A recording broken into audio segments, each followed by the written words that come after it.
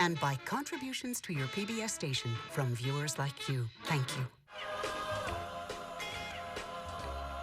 It's not Christmas if I don't hear Rockin' Around the Christmas Tree, Brenda Lee. People can't really believe it's been that many years. She's in our house at every Christmas, you know? That's true. She's like sitting next to the tree with a present. That song didn't go #1 over all those decades and finally went #1. Crazy. She just had the #1 record at Christmas. I mean, she's just, come on, who does that? And I got the honor of being in her first video she ever made in her whole life. Her only video, and it goes #1. She has tenacity and perseverance. Is she country? Yes. Is she pop? Yes. Is she rockabilly? Yes. And she sings it all effortlessly. My mother told me, don't let anybody tell you who you are. You know who you are. Now go be it. Friends, here's little Miss T&T. Brenda Lee.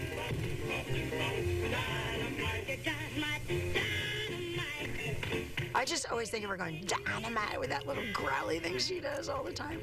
Just unbelievable.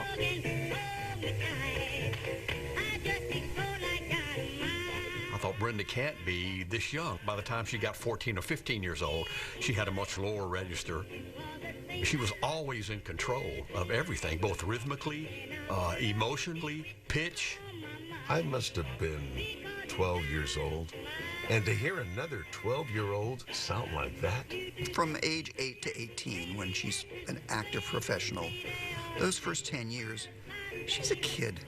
She didn't know what the heck's going on. I mean, she's just going, go there and sing. And she goes there and sings. And everybody's happy. And It was like, is this really happening? Am I really doing this? Am I going to be able to do this and help my family and help my siblings? And that's how it felt to me, and I loved it. I loved to sing. Now, and I didn't care if anybody listened. I would sing all day long if they'd let me. I loved it. Still do. You have sold over 100 million records. And it's all genres, right? It's pop and country and rock, and started out rockabilly, then went full bang into rock and roll when it first started, along with Elvis, and I was the first female rocker, then went into pop, and then had a wonderful career in country. We think about all these raucous kind of rockabilly songs that she did, but she really was a torch singer. When I was little, my mother would sing me to sleep. My mother was a pretty darn good singer. And I didn't know the songs, but I knew I loved the songs. And when I got old enough to say, Mom, what songs were those? She told me they were Hank Williams songs. So I cut my teeth on Mr. Hank. I got a feeling called the blues, oh Lord, since my baby said goodbye. We couldn't afford batteries all the time. Daddy had to listen, and Mama too. The Yankees and the Dodgers played. Daddy was Yankee, Mama was Dodger. And I wanted to listen to the Grand Ole Opry. back in the 40s and even into the 50s, the radio was what we think of television today is what radio was to that generation of Americans. People would rather give up their refrigerators than give up their radios. It was your entertainment, it was your source of news, it was everything. Every small city in the United States had a radio station. Radio made so many artists. Radio was our Bible. We had a variety of different types of music, all on one station. Being a little girl in a small town where no one did this for a living, you know, if you sang, you were in the church choir. My mother would get us ready for school every morning.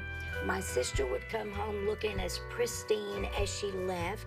I would come home with my sashes torn out of my dress, my shoes all scuffed up because I'd climb the trees with the boys and do everything the boys did. My dad was a carpenter. My mom was a stay-at-home mom. I had two siblings, a brother and a sister. At our grade school, we used to have a talent show. I was in first grade. The winner got a trophy, and the second runner-up got a box of peppermint sticks. I wanted those peppermint sticks. I really did. But I won talent, so I got the trophy. And it was bittersweet because I was like, Mama's so proud and I'm proud, but I want those sticks. because I'd never had any before. My dad died at an early age for me, and my mom raised my brother and my sister and me by herself. My mother started working 14 hours, 16 hours a day almost in a cotton mill. A lot of my memories of my childhood are sad in a way because I lost my father, but glad too because I had a plethora of relatives. My favorite teacher, her name was Norton, Miss Norton, but I called her Miss Norton. We really never had the money for the lunchroom, and we really didn't have the money to pack a lunch, but Miss Norton knew that. So, Lucille Norton always brought a bag full of lunch for me and her, and she always said, Brenda, you're not going to believe this, but I brought too much food today. Can you want to help me eat this food? I used to go to the little country store on the corner, and I would stand up on the counter and sing, and I'd get pennies. So that's when I first realized, ooh, maybe I could sing, you know, and get money from my family. And that's how that idea got into my head. So just by osmosis, she became the breadwinner of the family. I won a contest to be on a TV show. And I started traveling with the band called John Farmer and the TV Branch Boys out of Atlanta, Georgia. And that was the first money I ever made. Was not much. I think my first gig was $20. But even at that young age, I saw that helped our life. It put some food on the table. It helped. And I loved it. She was the one person in that family that had to take over. It's again, fortitude. It's, you know. And it's the universe making the path for her. And she was the one to do it. My first TV appearance, it was like, I'm doing that. They're letting me do that. And it really was surreal. It was almost an out-of-mind experience. It was like, okay, I think that's me. Let me look again. I did one in Atlanta, Georgia. It was sponsored by an ice cream company. And I got all the ice cream I could eat on Saturdays. So that was my pay. And then I traveled with a gospel group called the Master Workers Quartet. Because I was raised in the Southern Baptist Church, a lot of my heritage and my roots in singing came from the field of gospel. From the crossroads of country music, here's the Ozark Jubilee, starring Red Foley. Mr. Foley came to town, Red Foley, and he let me sing a song on the show. And at that point, he had the first network country television show, and it was called the Ozark Jubilee from Springfield, Missouri. He asked me if I'd like to come back and do the Jubilee. And of course, we just chomping at the bit. We said, absolutely. So for a year or more, we took the Greyhound bus after school on Friday, rode all night long, got to Missouri, did the show, it was live, got back on the bus, rode all day long Sunday, got in school Monday morning. I was only 10. A columnist by the name of Jack O'Brien, the great Jack O'Brien out of New York, wrote this glowing, nobody could believe it, much less me. After I did the Red Foley show at the Ozark Jubilee, that's where I met my manager, because he managed Red, and he was from Nashville, Dub Albritton. And he heard her sing and said, boy, I need to tell Paul Cohen at Decca Records about you. They quickly realized this girl's got more talent than any of these other kids that are here. She was a child prodigy. That's how we came to move to Nashville. To be in the center, to have a recording contract. Dub took me over. He had a vision for me. He was like my dad. She had a fully fledged, fully formed career by the time she signed a record contract. And Owen took me over. Owen Bradley, her producer, also had the, I think now, visionary idea of marketing her to adult audiences and teen audiences at the same time. And the rest is history. My baby whispers in my ear.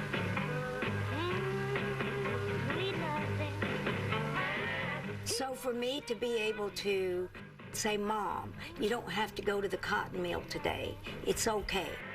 That was a great thing. Secret, baby, I'll keep you to myself. Sweet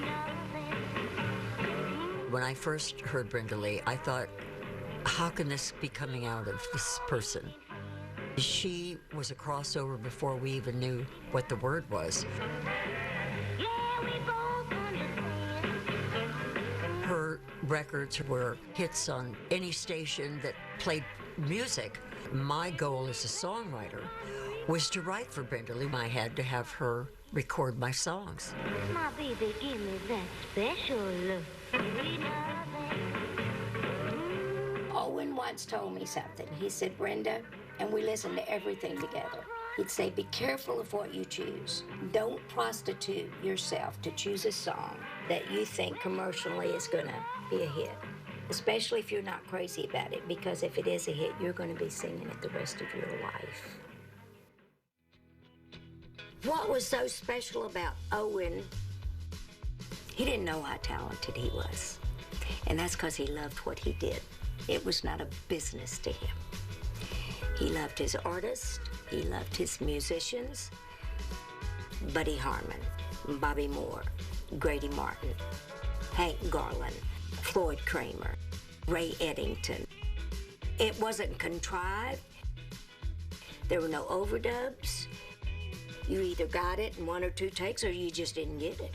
If you can't get it in the first couple of takes, it's not the song for you. So we just quit and go to something else. It was just magic. It was the A-Team. They both had great ears. They both knew kind of the path. Owen credited Brenda with really showing that pop music could be done in Nashville. And I mean international pop music. She had hits all over the world, much more than anybody else coming out of Nashville. I'm certainly grateful for Owen Bradley, and I'm grateful for that little pair-up. I felt a connection to Owen. I was like his child, really. One of his children. And when we weren't working, I'd be up on the boat with Owen and Catherine and the rest of the kids. And because they treated her as though she was an equal, not as some stupid little kid, I think that was her schooling. That was her college, so to speak. He never handed her a song and said, okay, this is what you're going to do. They decided together. But he was also very much a life mentor, a life influence for her. He did sit her down at one point and said, look, you know, as we move toward different things in your career, you need to understand you're not always going to be America's darling.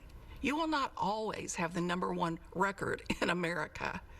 So you need to figure out, as things change, where is your place? Where are you happy? And then you take that path and don't worry about anything else. I wasn't the pretty girl. I wasn't the Annette Funicello. I was 4'9" and overweight, because that was really who I was. I had my first single date with my husband. There were some women that stepped up and helped her. I know she's talked about Patsy Cline, how Patsy helped her. Patsy was just, I loved her. She was just in the greatest sense of all, the greatest broad I've ever met. I loved her. And she was like my sister. I'd go and clomp around in her boots and her clothes that were way too big for me. A lot of times songs would come in with just a vocal guitar. Well, Owen could always hear it because he was an orchestra guy. He could hear things in his head that I couldn't. But I was a lyric girl. Teen magazines, that was a connection. All of these magazines were very much our Google, you know, to find out what someone was doing and to see your picture or story about you in one of those magazines. That's top of the line. Georgia Winters wrote me up and became my dear friend, and she had one of the hottest mags in the country for teenagers. You know, I could put out the greatest song in the world, but if you don't hear it and nobody writes about it, it might be great, but if you liked that kind of music, you bought those magazines with any money that you had. You wanted to know about the artists that you like to hear sing. And she actually had there was a comic book that was made on Brenda, which was pretty popular. Won't you come home, Bill Bailey? Won't you come home? Come on the whole night long. I never was like the sex symbol. I was like the girl next door. You cried on her shoulder and said, he doesn't like me anymore. What can I do? With nothing but a fine-tooth comb. Yeah, I know I'm to blame. Well, ain't it a shame? Bill Bailey, won't you please come home? She was relatable. When you were performing as a female, you wanted to be taken seriously, so you wanted to look good, but not that good, you know what I mean? You were singing to the females in the audience, and I wanted them to be able to relate. That was always a fine line. Won't you come home, Bill Bailey? Won't you come home? Guys always headline shows. Girls hardly ever headline the show. I always wondered why they didn't put more than one girl singer on a show. They just figured that the girls bought the records, and they only wanted to hear young, handsome guys. I think a 45 was like 99 cents. I had to mow a lawn for $1 a lawn, and then I could buy my brand new Brenda Lee song. She becomes then a rock and roll princess, and she starts touring with the Bobbies. Bobby Rydell, Bobby Darin, you know, all the Bobbies. And they were all teen idols like her. I mean, in show business, Bobby V was my really good friend, Bobby Rydell, Fabian. All the youngsters that were in my age group, Paul Anka, we all hung out and everything. So yeah, I had a lot of boyfriends, but not boyfriends. As she became a teenager, she desperately wanted to date. And she had this crush on Fabian. She kept throwing him hints to ask her out. Well, he finally did. They were in San Antonio, and they were walking along the canal there. And Brenda said that she noticed the bushes shaking. Lo and behold, her manager, some of the band members were following them just to make sure that Fabian and Brenda Lee were on their best behavior. I was singing all those unrequited love songs. I never had a date. I never kissed a boy. I didn't know what I was, but I loved the lyrics. And for a kid especially, you can't do the things everybody else does. Can't stand here. You can't be in the casino. You can't be out in the bar. You have to be backstage at all times. And that can be a lonely existence. So Brenda didn't get to have much fun. I started in rock, and I knew a song that I could sing. And so we just did it and put it out and let them call it what they may. Just go out and buy it, please. That's all we thought about. So she would have heard the Grand Ole Opry. She would have heard the R&B station in Nashville, WLAC. A record promoter would go into radio stations in every city around the United States. If Brenda had a brand new song on, they were going to hype that song. If you had a hit, you were making some money and you were selling some records. My experience was positive because we were all, especially in the rock movement, that was a whole new thing that we were all novices at. So we were all trying to buoy each other up. That happens. And it takes people that are brave in the business to kind of take a chance. I got my start in Europe before I got it here, much like Tina Turner. I recorded in their languages, toured all of South America, all of Japan, all of Europe. She was a star all over the world. And when she was touring different countries, she would learn a little bit of their language. I had gone into the studio and with Owen. I recorded a song called One Rainy Night in Tokyo.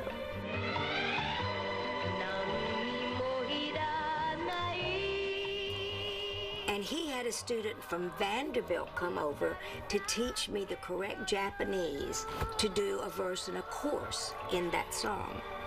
And I did. And we released it. Well, I really didn't hear any more about it. But we went to do a tour, because I used to go overseas and tour all the time, in Japan. And the plane lands, and over where the people used to, they could stand on the tarmac a little ways back and meet you at the steps of the plane. They were all wearing these little blue hats, and it said BLFC. And I thought, what does that mean? I turned around to Dub. I said, Dub, that was my manager. I said, what does that mean, Dub, BLFC? He knew. But he said, I don't have a clue.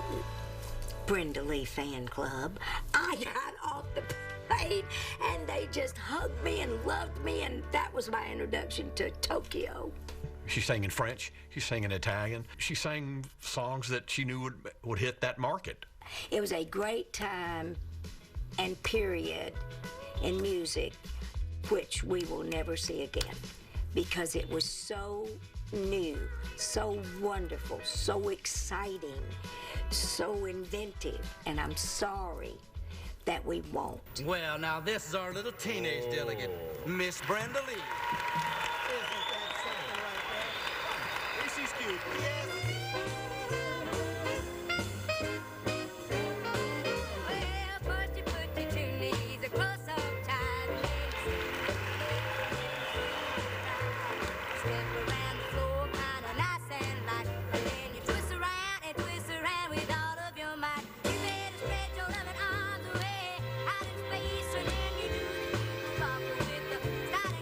So let's think about what was going on in '56.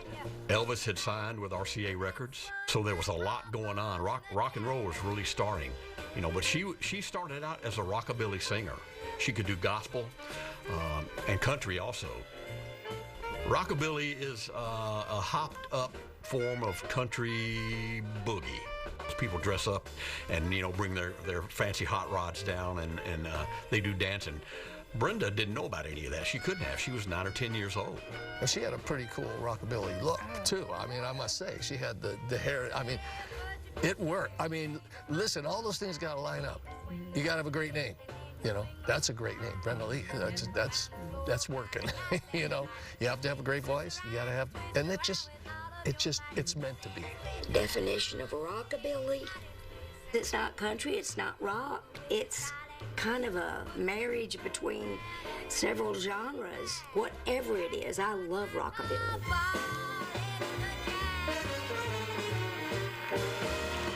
They were used to just a woman just standing there singing. But Brenda moved around a little bit. She's a mover and a shaker. She was an anomaly at that time, so that really, you know, when you're different and unique, that gets you a long way. By the time of the 1950s, American show business is getting kind of sophisticated. I mean, they're figuring out television, and the tools that we now use in the entertainment business are all coming into play in the early 50s, just as was Brenda's career. Groundbreaking only begins to scratch the surface of it. I mean, the records would come out, one side would be this torrid ballad, and the other side would be this storming rockabilly growler. She had more double-sided hits than anyone in history, before or since. She was the largest selling female vocalist of the 1960s. We had each other's backs. It was not all about the bottom line. And that started from the top, from the record executives down. Careers were built then by companies. They didn't just throw a record against the wall, and if it stuck, oh, okay, we'll push it. They built careers. When I started touring England, I was popular before I ever was here. There was this group that opened the show for me known as the Silver Beatles, who became the Beatles. There's not very many people you can be in a room with and they talk about that time they hung out with the Beatles. John was my favorite Beatle. I loved them all, but John was, to say the least, irreverent, had a great sense of humor. He was magical. He was a genie in a bottle, and he let me have the cork. John Lennon says I was the first female rocker. Yeah, she deserves that, of course. John Lennon doesn't give out compliments easy. She seems so astute. You know, when I watch her, I mean, she's so young, but she's so comfortable. Oh, yeah. She was very fortunate that she had good people around her and that protected her. That's, I guess, the luck of the draw. That is so essential. The musicians, everybody in Nashville were protective of her. She ended up going to Maplewood High School here, which is a public high school. She really tried to have a normal life. One of my best friends was Rita Coolidge. Rita went to high school, and at that time she was singing, but not like later on. I loved riding the school bus. I loved the whole experience of public schools. Brenda has a lot of street smarts. She's aware of what's going on. She was a cheerleader in high school, so she was obviously well liked. Rita Coolidge and I went to the old Nashville Fairgrounds Coliseum to see Jackie Wilson. I was 17. Brenda had had enough of her band following her around while she tried to date. Rita and I were just talking, having a good time, and I look over, and there's this drop-dead gorgeous guy over there. And I said, Rita, I want to meet him. She said, well, you've lost your mind. You cannot go up and introduce yourself. I said, I'm not. I'm sending him a note. So I wrote a note on there, and I said, hi, my name is Brenda. I'm going to England for the next 3 months, but here's my number. Call me. Well, I didn't hear from him, went to England, didn't hear from him, came back, got a call. We had a date, nice date, met his parents. He met my mom. We cruised Joni's like everybody else did. It's the first time I'd ever cruised anything. So I did, because I didn't date. And he was 6'4". So I really liked that part. And he had a Corvette. That pretty much sealed the deal. I kept the engagement ring in the box in my purse for 3 months before I ever said anything to anybody. Because I was scared to death to. Because, number one, I was the breadwinner for a lot of people. So I thought, it's going to wear a hole in my darn purse if I don't get it on my finger. So finally, I got up enough courage, and I told Mama. So we eloped.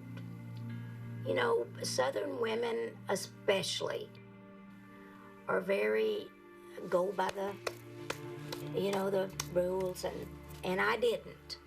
And that upset her, and I'm sorry to this day about that. I married April 24th, and I had Julie April 1st of the next year. I have 2 daughters. She knew what she wanted, got married at 18, the next year started having her babies. He had his own career, and he wasn't in the music industry. And that's what I was looking for. He didn't want to go on the road. He didn't like the road, so I said, okay, you don't have to. He didn't mind if I did. He never asked me to quit. I was looking for roots. I wanted stability in my wonderful, unstable life. Brenda Lee has always wanted to be a regular person. Family was very important to her as she was growing up and remained so. The problem was her husband, Ronnie, was not enthralled with show business. She told me it took years of working out the compromises. I made sure I was always home for the biggies. Anytime the girls had something that was important to them, I was there. When my daughter Julie was in the 6th grade, Frank Sinatra came to town, and I was invited to a private party. But Julie was also in the statewide 6th grade science fair. So there was no choice. And she won. And I didn't get to meet Mr. Sinatra, but that's okay. I can't even imagine what this was like in this era. I mean, it was so difficult for us, and no handbook. Hollywood Professional School. That's where professionals went, because all these kids were either singers, actors, whatever they were in the field of show business. Now that was an education. Kept my grades up and everything while I was appearing at the Olympia Theater with Gilbert Bécaud, the Frank Sinatra of Europe. Colonel Tom and my manager were the best of friends, and they were in business in the Carney days. That's how I got to know Elvis, through the Colonel. Dub, who was friends with Colonel Tom Parker, Elvis's manager, saw that same vision that what Colonel Tom had done for Elvis, Dub wanted to do. I'll do that for Brenda. I went to Los Angeles. Colonel Tom wanted me to do movies. We moved out there for a year to explore that possibility. I did do one, did not like it. It was called The 2 Little Bears. It's a cute little movie. Look, Timmy and Billy did it with my chignon. What's a chignon? It's a coil of hair, Harry, that goes right here. I brought it for a blind date tonight to sort of take the emphasis away from my freckles. She just was not an actor. Brenda would much be rather out there singing for the people. I was taken to get vocal lessons, and thank God the vocal coach said that just get in her way. She's fine. Don't mess with her. She's okay. I did take breathing lessons, and I did take things like that to preserve the chords, but never vocal. That's just a God-given thing. People in Nashville would go like, why are you cutting so many Jackie DeShannon songs? Because Jackie, when she turned in her demos, they were like little records. You could hear how soulful, Jackie's voice is very soulful. Jackie DeShannon had written some songs specifically for Brenda, and had tried to get them to her. And as soon as Brenda heard them, she loved the demos. She said, "This is exactly how I want to do them." They were huge records. They were huge for her, worldwide hits. Brenda was among the first to make hits out of Jackie DeShannon's songs, and that led to Jackie having her own recording career, Heart in Hand being one of the great ones. She wrote some of my biggest records. She wrote Dum Dum, Heart in Hand, oh, many of them, because she could sing, and she sure as heck could write. I'm so grateful that she liked the songs that I wrote, and my proudest moment was having her record my song because she gave me my break.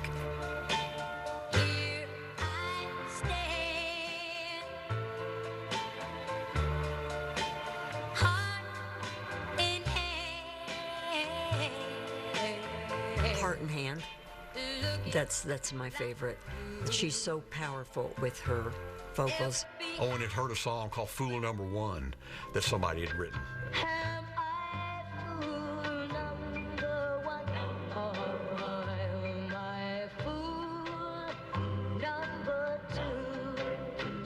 And, you know, the Nashville players, great players. And as a producer, you come in with Brenda and you come in there and you go, okay, here we're going to do this. You can tell those people, if this is the click and this is your beat, you want to be a little this side or a little side. What would you like? This side? Okay. And then it's done. And the musicians felt the same way. They couldn't believe, you know, she would just stand in the room with them and sing on mic, live, with everybody. Bobby Moore might say, well, I think this lick might be good here. And we had no arrangements. We did what was called head arrangements. Everybody put their head into it and said what they thought, and boom, we had a record. That's how it happened with us. Even at 11 and 12 years old, in the recording studio with the A-Team here in Nashville, they listened to what she had to say. She was involved in her own career. She wasn't a puppet. She walked into the studio with that right relationship, and 13, 14, whatever age it was, when she walked out of that studio, she was 21. She'd heard I'm Sorry, that record, from Ronnie Self, who'd written the song. She'd wanted to record it for Decca, but the Decca executive said, no, we don't think you can be believable doing that song. You're just, 14 years old. That's not going to work. I'm sorry, so sorry. Please accept my apology. I'm Sorry really hits me. I like the way she sings it, and plus I hear it in every dang movie I see. I call her up and say, I just heard you on, there's a movie I'm watching right here, in case she didn't know. She did a few sessions in New York. She did some in London. They were trying to figure out what to do during the middle of I'm Sorry. They were running it down, and she started doing a recitation. They said, that's perfect. Well, she had heard that from the Ink Spots. I'm sorry. So sorry. Please accept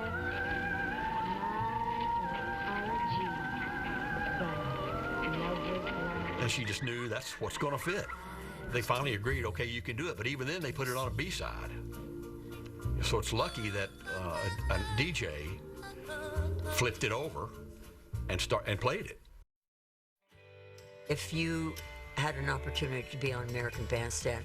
So many kids, which is the market basically that we were all aiming for, is to have our fellow friends and associates love our music. Dick Clark was everything. And to be on American Bandstand gave you an opportunity to reach out to such a big audience. It was a huge cultural touchstone for American teenagers. Dick Clark. Ladies and gentlemen, Little Miss Dynamite, Brenda Lee. You had to be on Dick Clark's American Bandstand. That was such a big show. There was a lot of teenagers dancing and records playing. I remember her on stage, and I just watched every move she made.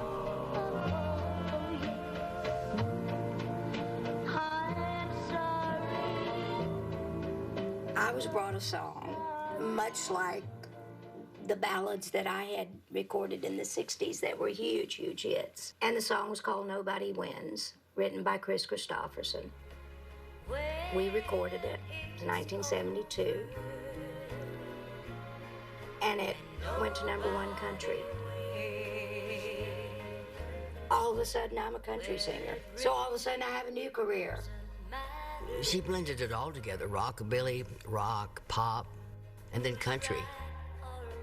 You know, she did a great version of Nobody Wins, Christopherson's song. We went in and recorded Nobody Wins, much like we had all the ballads like All Alone Am I and Losing You and Break It To Me Gently and I'm Sorry and I Want to Be Wanted. And, I mean, we did it the same way, but it was country. Brenda Lee, several times, was caught in between shifts in musical movements. By the time she was in the 70s, where she was moving into country music, that had been shifting. The Nashville sound had kind of moved on. We were now into the outlaw days. No one says country artist Brenda Lee or rock and roll star. She's just Brenda. I don't see Brenda Lee in any box. She'd kick out the sides anyway if she was ever put in one. I don't think she ever chased any trend. I don't think she tried to conform. With women in this industry, she did it before anybody did it. And I think she broke the rules, actually.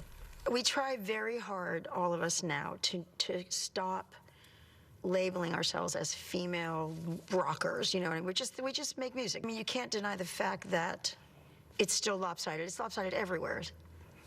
There were people that went before us who were really just trying to hammer out that path. The next ones came and walked the path. In the time period and with all the things all the adversity she faced, to still be able to make it and then to sustain it over time, and to, as the business changed and as the world changed, Brenda Lee changed. If you listen to Brenda's early records, obviously she doesn't sound the same as she did 5 years later, and then 5 years later, and then 10 years later. I'm sorry, so sorry. Brenda's just got it's sass. She's got a sass in her tone, so you immediately like her. Even before you know who she is, what she looks like, what her name is, anything, that voice has just the right blend of fun, spirit, toughness, sexiness, relatability. But that don't right. The wrong there's been done. I remember talking to her in the mid-'80s. And she was a woman who was still a young woman. She'd been around against a very long contract. They'd been putting out music, some things overseas, and she was not getting those royalties. The whole business is stacked against you as an artist from day one. They're out to get you. And when you do audit those record companies, what you find out is, oops, there's a whole lot of sales that haven't been accounted for, and you have to sue. It's just business. It's not anything acrimonious. It's not anything, I hate you. It's none of that. It's just good business. All of us come to a pivotal moment when we know in our heart that it's time to pull back and say, okay, Let's let the kids have it. I thought she was such a strong person. Her vision was so strong. And she just overpowered things around her. It was just nonstop. You can do that when you're young. Maybe that's why I worked all the time, because I knew that at one point I just wouldn't be able to or wouldn't want to. I had what is known as a pulmonary embolism. And that was pretty serious and kept me sidelined for a bit. And then I had a pretty serious kidney surgery. But that's all good. I'm fine. I'm healthy. If you look at her as this little kid on TV in 1957,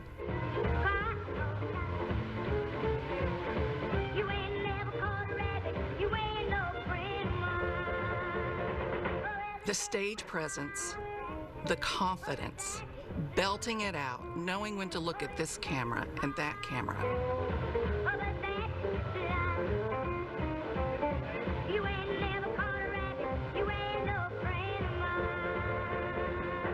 Fast forward to just, let's say, her performance at the Rock and Roll Hall of Fame induction in 2002. She is exactly the same. My baby whispers in my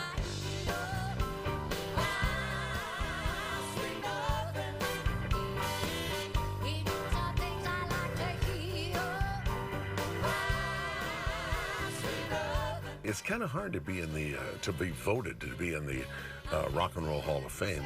Brenda got in 2002. She also got a Grammy Lifetime Achievement Award in 2009, and that's how the industry thinks how important she was. She was rock and roll. It's rightly so that she ended up in the Hall of Fame. I have to say that after it happened, it does change. It changes the way you think of it. You're thinking like, that's kind of cool. And you kind of feel like, oh, I thought we're in the club now or something. I never thought I'd get in the Rock and Roll Hall of Fame. I never thought I'd get in any Hall of Fame. I never dreamed that I would be in the rock, the rockabilly, the pop, and the country. She's what the Hall of Fame is about. Her and Connie Smith, two of my biggest heroes, welcomed me into the Hall of Fame. And I tell you what, Connie was almost like the straight man, and Brenda had everybody laughing so hard. My gut was hurting. This is very special to me. I started to say we're not that far apart in age, but hell, I think we are. When I was first starting out, we lied so much about my age. We did. Hell, I don't know how old I am. She's hilarious and so sharp. We had that getting started at an early age connection. So we have that in common. It turns out that my very first awareness of her was not being aware that it's her. Rocking Around the Christmas Tree, hearing that as a kid, but I didn't know who sang it. I was too little at the time. I just loved the song. I recorded Rockin' when I was 12. Johnny Marks wrote it. I said, Johnny, you don't even believe in Christmas. And I said, tell me how you wrote Rockin'. He said, I was laying on the beach in New York, and pine trees were over to this side. And he said, I kind of went to sleep to take a little nap, and I woke up and I was facing the pine trees, and they were just kind of swaying like this. And he said, and I thought, rocking around the Christmas tree. And there it was. They put it out, it didn't sell. Then she had some big success in Europe, and they released it in Europe, and it then became a huge seller. I got a call on the phone, and they said, Brenda, there's a movie out. It's called Home Alone, and your song's all over it. And I said, which song? What are you talking about? They said, Rockin' is all over it. Well, it just went from there. Brenda Lee is a part of millions of families and has been a part of their life, their entire life. That's an extraordinary accomplishment with just one song. I love just the way that she's kind of hitting that little cadence. Like, it reminds me of like some certain parts, like we've heard rockabilly before, and we've heard like, some artists kind of do that. It's so cool That the way quick that breath she in between. does Yeah. We did a Christmas song a few years ago, and I was channeling her because I wanted to get that little hiccup thing that she did. But I mean, it's such a Rocking Around the Christmas Tree is such an iconic song. I can hear the Brenda Lee influence in Pat Benatar. There's certain perennial songs that just stand the test of time, and Brenda's got one of them. It knocked Mariah Carey off the charts. You heard Brenda Lee singing Rockin' Around the Christmas Tree. And it's Christmas time, baby. I was thinking Broadway years ago. And I did the show at Opryland, 2 shows a day, 6 days a week for 3 years. I'm glad I didn't choose Broadway, because it is hard. Even if you love it, it's hard. It's been my tranquilizer. I haven't had to be on pills because all I have to do is sing, and that makes me happy. She said the reason she never got involved with drugs or alcohol was because she knew she would like it. She knew it was around her, but she didn't do it because she knew she'd like it. I have never wanted to do a celebrity biography, ever. But Brenda, that's something different. I mean, we spent all day, every day, for a year together working on her book. If I had to spend that much time with most celebrities, I would strangle them, you know. I never got tired of being around her. And when it was over, she cried. When you get a chance to spend time with Brenda Lee, you're going to school. She has this history that most people don't, that most people that have that history are gone. She is sort of the last man standing with those stories who has experienced it all. She's not what we typically hear of from child stars. This is not how it goes for most people. It's always about honoring where we come from, who we come from musically, particularly in our genre, as it's always evolved over the years, and it's evolved extraordinarily, but it's always maintained a strong thread throughout all of its evolution. And I always put that down to knowing where it came from. She's so generous with the female artists in her life. Gratitude and confidence is a great mix, and she really personifies that. She forged the path, definitely.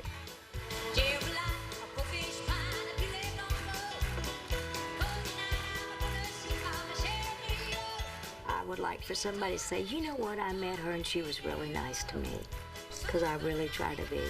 And it's sincere, because the people have, well, God made me, but the people have continued his work and have let me do what I want to do, and for a long, long time. I know what I believe, and most of my friends and I differ in our beliefs, but that doesn't stop us from being friends and having a conversation. And it just keeps me balanced. She has done things that I don't think anybody else is ever going to do. Ain't going to happen. The universe had a destiny for her.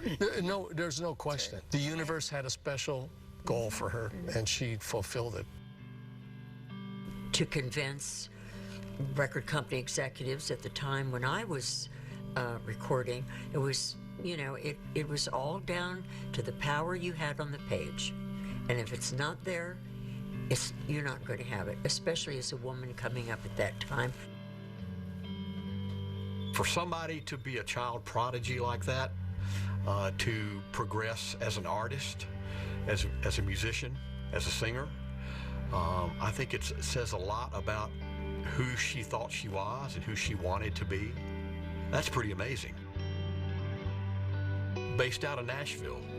There's not those kind of recognizable voices anymore.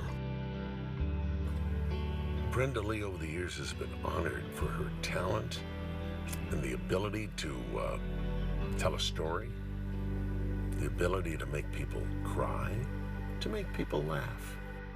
I don't think she really understands what she's brought to the game and what she has accomplished, because she's so humble. The people really in the early years that really looked at a little girl and saw something further than just a little girl. I can't ever. There are no words to thank them. No words. The only thing that I can attribute that to was good songs, the A-team of musicians that I had. It was just all a group thing. It just was never me. It was everybody contributing. I never say I did that. Oh, that was, we did it. I'm just blessed that they took an 11-year-old seriously.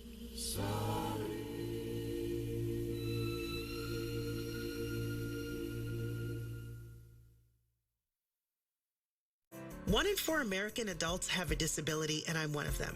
One of the heroes of fantasy publishing, had a keen editorial eye. In the Senate, he is third in line to the president. Welfare declared me unfit to be a mother because of my disability, but they failed to realize my mental capacity. He was black, blind, and enslaved. Otherwise, he might be considered like Mozart. He was the beginning of disability justice. I face each day as a renegade.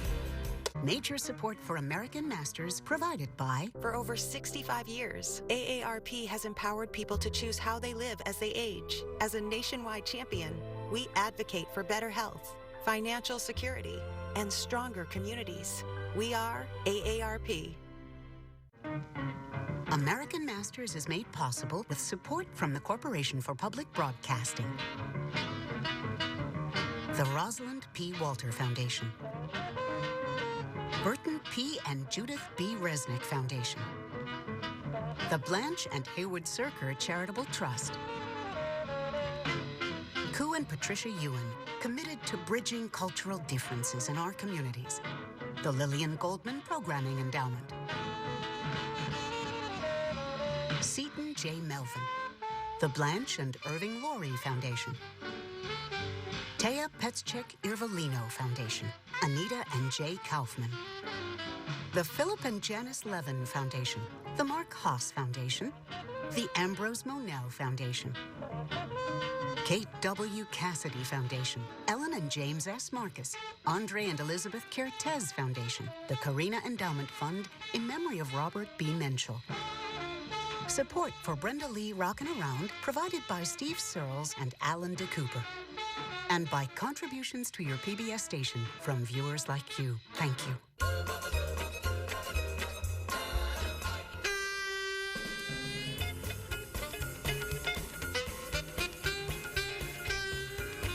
When I worked with Don Rickles, I was like 12 years old, he would say on the stage at the Fontainebleau in Miami.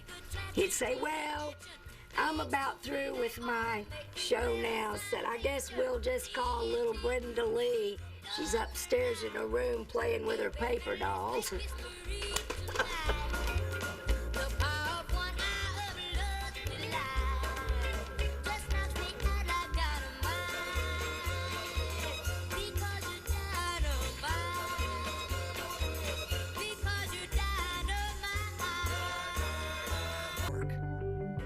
Where do they find energy and inspiration?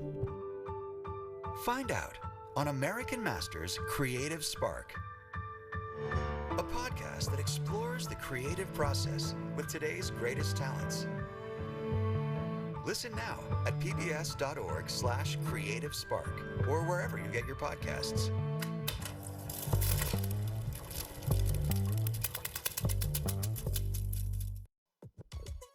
To order Keith Haring Street Art Boy on DVD, visit Shop PBS or call 1-800-PLAY-PBS. This program is also available on Amazon Prime Video. American Masters is made possible with support from the Corporation for Public Broadcasting, the Rosalind P. Walter Foundation, the Blanche and Hayward Serker Charitable Trust, Ku and Patricia Ewan, committed to bridging cultural differences in our communities. Taya Petschek Irvalino Foundation.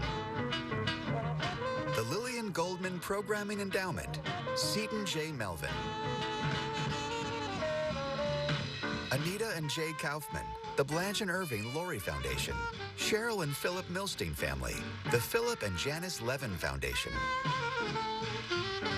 The Karina Endowment Fund in memory of Robert B. Menschel. The Andre and Elizabeth Kertész Foundation. Ellen and James S. Marcus. The Mark Haas Foundation. Kate W. Cassidy Foundation. Original support for this program provided by AARP. Burton P. and Judith B. Resnick Foundation. Vital Projects Fund. The Ambrose Monell Foundation. And by contributions to your PBS station from viewers like you. Thank you.